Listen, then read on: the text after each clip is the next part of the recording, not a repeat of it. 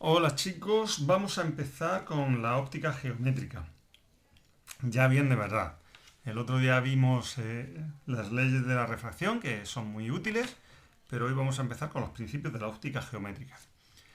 Em, para la óptica geométrica hay una serie de cuestiones que tenemos que tener en cuenta.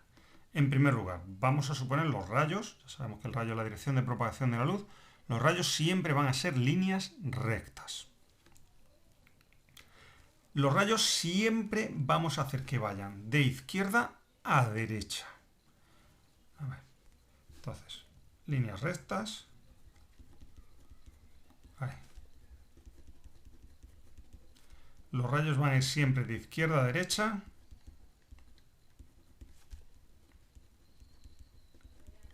Claro, excepto si nos encontramos con un elemento óptico como pueda ser un espejo. Esto sería la representación de un espejo. En ese caso, el rayo al llegar rebotaría e iría en un trozo de derecha a izquierda. Pero es la única excepción a la norma. Siempre vamos a empezar con nuestros rayos por la izquierda e irán hacia la derecha.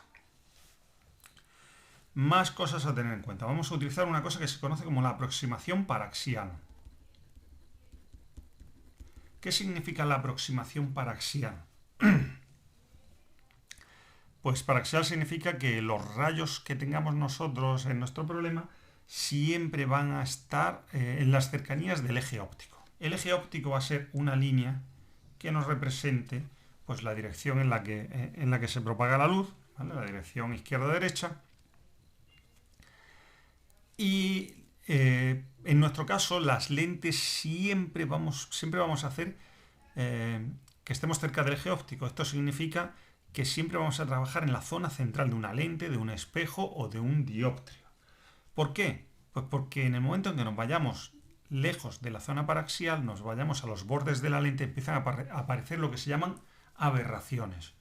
Las aberraciones, que tienen un nombre así muy espectacular, pues sencillamente sería que, digamos, el sistema óptico no se comporta de forma ideal y que, por tanto, un solo objeto no te da una sola imagen, sino que te da múltiples imágenes o te da imágenes que están deformadas.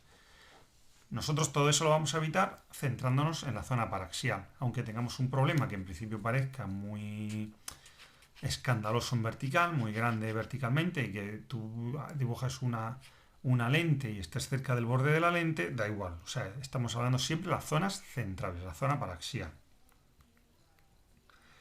Eh, Otra cosa fundamental.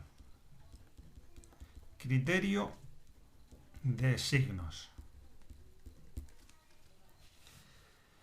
¿Qué es esto del criterio de signos? Pues bien, ¿dónde están las zonas qué distancias son positivas, qué distancias son negativas, etcétera? Para poder tener un criterio de signos, en primer lugar tienes que tener un origen en nuestro sistema de referencia. En nuestro caso, el origen va a ser lo que conocemos como vértice. El vértice, que se representa con la letra V, va a ser el punto de corte entre el eje paraxial y el elemento óptico que tengamos aquí, sea un espejo, sea un dióptrio o sea una lente. Pues bien, este es el punto a partir del cual se empiezan a medir las distancias, o las posiciones, mejor dicho. El criterio de signos que vamos a utilizar va a ser, digamos, el estándar, el que vosotros estéis acostumbrados, el que parece más lógico a todo el mundo, ¿vale? Y que pensaríais que quizás es el que use todo el mundo, y no es para nada así. ¿Cuál es el criterio? El que se conoce como DIN, igual que lo de los folios.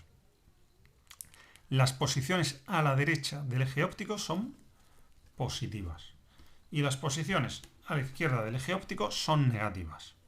Asimismo, las posiciones encima del eje óptico son positivas y las posiciones debajo del eje óptico son negativas.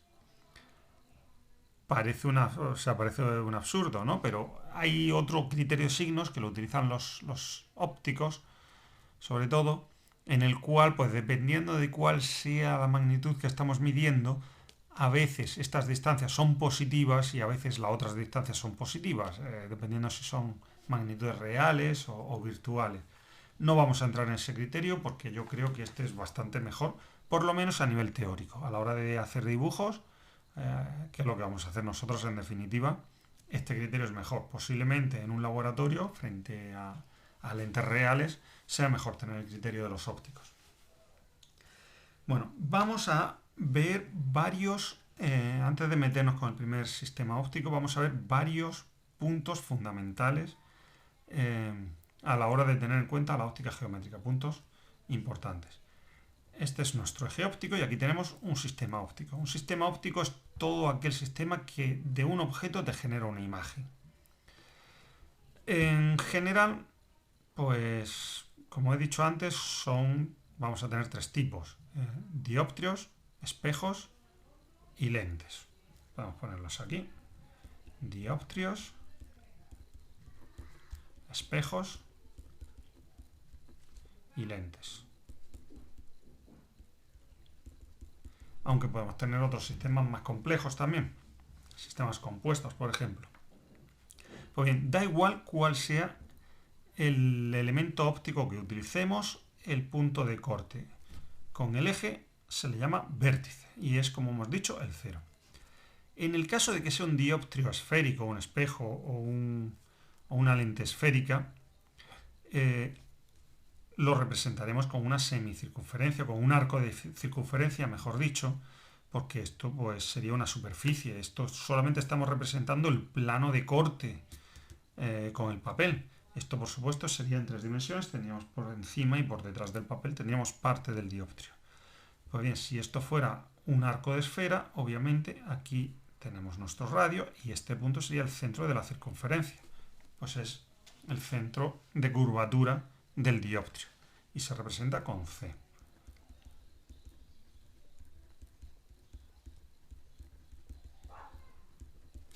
V hemos dicho que es el vértice.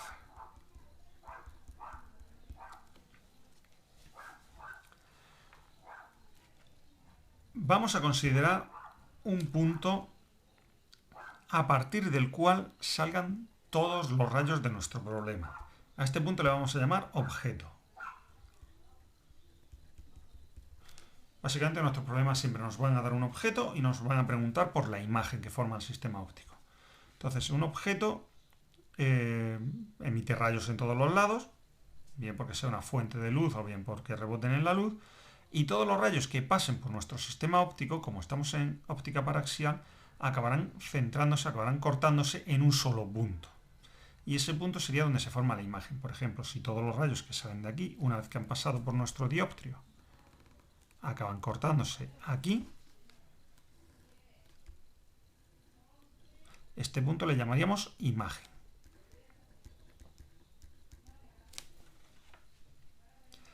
A la distancia que hay entre el objeto y el vértice, a esta distancia le llamamos distancia objeto.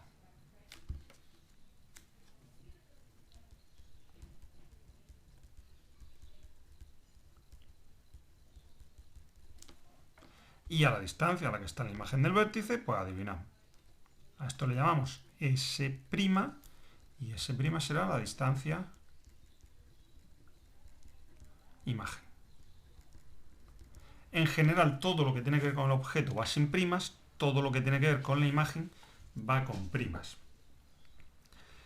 En los distintos sistemas ópticos hay otra pareja de puntos que nos interesa también mucho, aunque ahora al principio lo veamos menos, tendrá su importancia sobre todo con las lentes, que son los focos. Tenemos un punto llamado foco, anda. Este sería el foco objeto. Pues el foco objeto sería aquel punto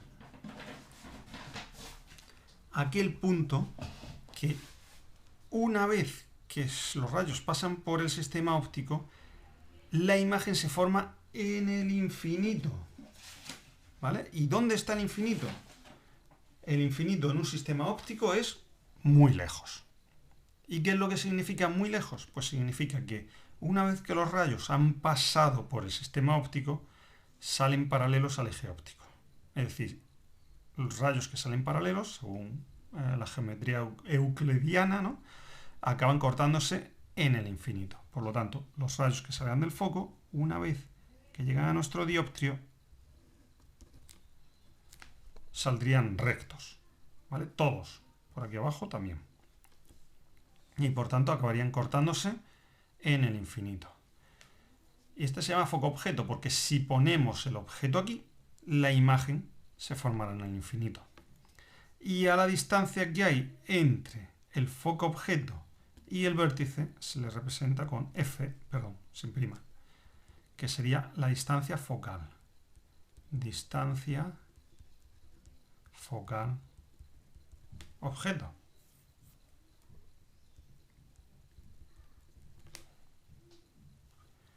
De forma análoga, si nosotros colocáramos nuestro objeto en el infinito, allí, bien lejos, el objeto está allí, para allá, ¿vale? Al colocarlo en el infinito, los rayos que vengan de ese objeto pues vendrán paralelos al eje óptico. Hemos dicho que estos serían los rayos de un objeto en el infinito. Pues esos rayos que vengan del infinito acaban cortándose en otro punto. A este punto se le llamaría f'.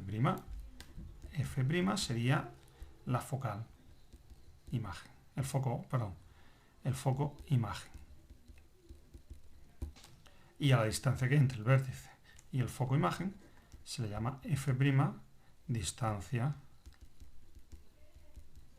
focal imagen. Sé que es un poco lío ahora de repente tantas cosas, pero nos vamos a acostumbrar mucho a todas estas distancias y a todos estos puntos significativos. Sí, una última cuestión para añadir aquí, los tipos de imágenes.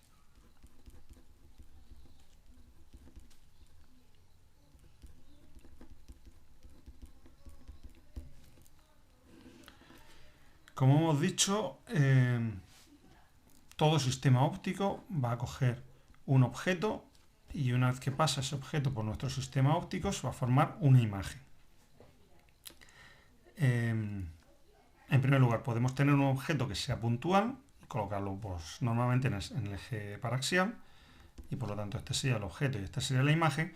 O podemos tener un objeto que tenga un determinado tamaño. En tal caso representamos el objeto con una flecha. ¿De acuerdo? Esto sería la altura de la flecha y le llamamos I. Y la altura de la imagen, pues le llamaremos I'. Representamos una flecha, ¿por qué? Pues porque así podemos saber si el objeto o la imagen están derechos o invertidos. Invertidos sería boca abajo. Bien, características de la imagen. Pues podemos tener una imagen que sea, por un lado, derecha o invertida. Puedes tener una imagen que sea igual, mayor o menor. Y nos referimos al tamaño, por ejemplo, tal y como lo he dibujado, la imagen sería mayor que el objeto. Y por último, y esta es la parte más importante, que la imagen sea real o virtual. También podemos tener objetos reales o virtuales, ya hablaremos sobre eso.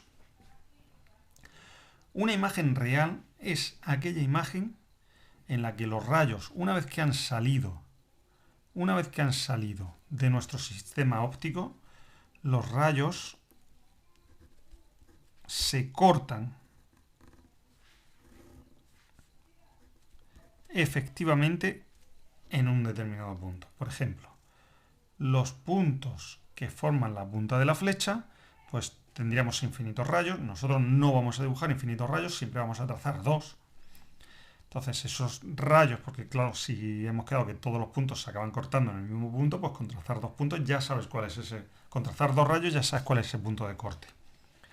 Pues trazamos dos rayos y el punto donde se han cortado efectivamente estos dos rayos, que este sigue su camino para acá y este sigue su camino para allá, este sería el punto donde se ha formado la imagen de la punta de la flecha. Por eso he dibujado aquí la flecha así.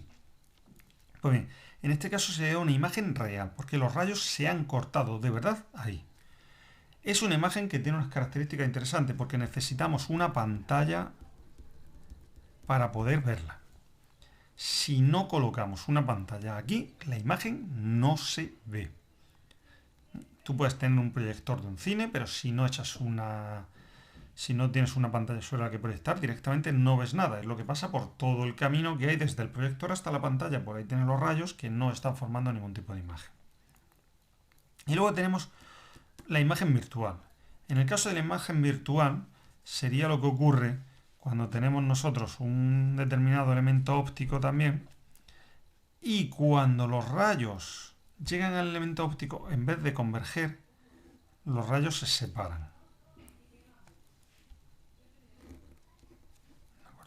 Este rayo de aquí y este rayo de aquí no van a cortar nunca. Este sigue su camino hacia arriba, este va hacia abajo, por tanto, nunca van a acabar cortándose, pero sí pueden cortarse sus proyecciones hacia atrás. Las proyecciones se representan con puntos, con líneas discontinuas. Entonces, en este caso, la imagen se habrá formado aquí. Si este es el objeto, la imagen se forma aquí y es una imagen virtual. No porque que es virtual porque no son sus rayos lo que se corta, sino sus proyecciones las que sí se cortan. En tal caso, no necesitamos pantalla. Es una imagen que se ve directamente. Vosotros diréis, un holograma. Vale, sí. Un holograma sería, por ejemplo, una imagen virtual. Lo que veis a través de la gafa también es una imagen virtual, puesto que no estáis viendo el objeto donde tendría que estar. Vosotros, por ejemplo, tenéis vuestro ojo aquí. Vosotros no estáis viendo el objeto donde tendría que estar, sino que lo estáis viendo en otra distancia, en otra posición. Estáis viendo una imagen en el lugar, no veis el objeto, lo que veis es la imagen en un sitio distinto. Y no necesitáis ningún tipo de dispositivo tipo pantalla para poder verla. ¿De acuerdo? Esto va a ser muy importante porque buena parte de estos problemas van a estar en saber las características de la imagen. Con esto ya tenemos por ahora. Un saludo.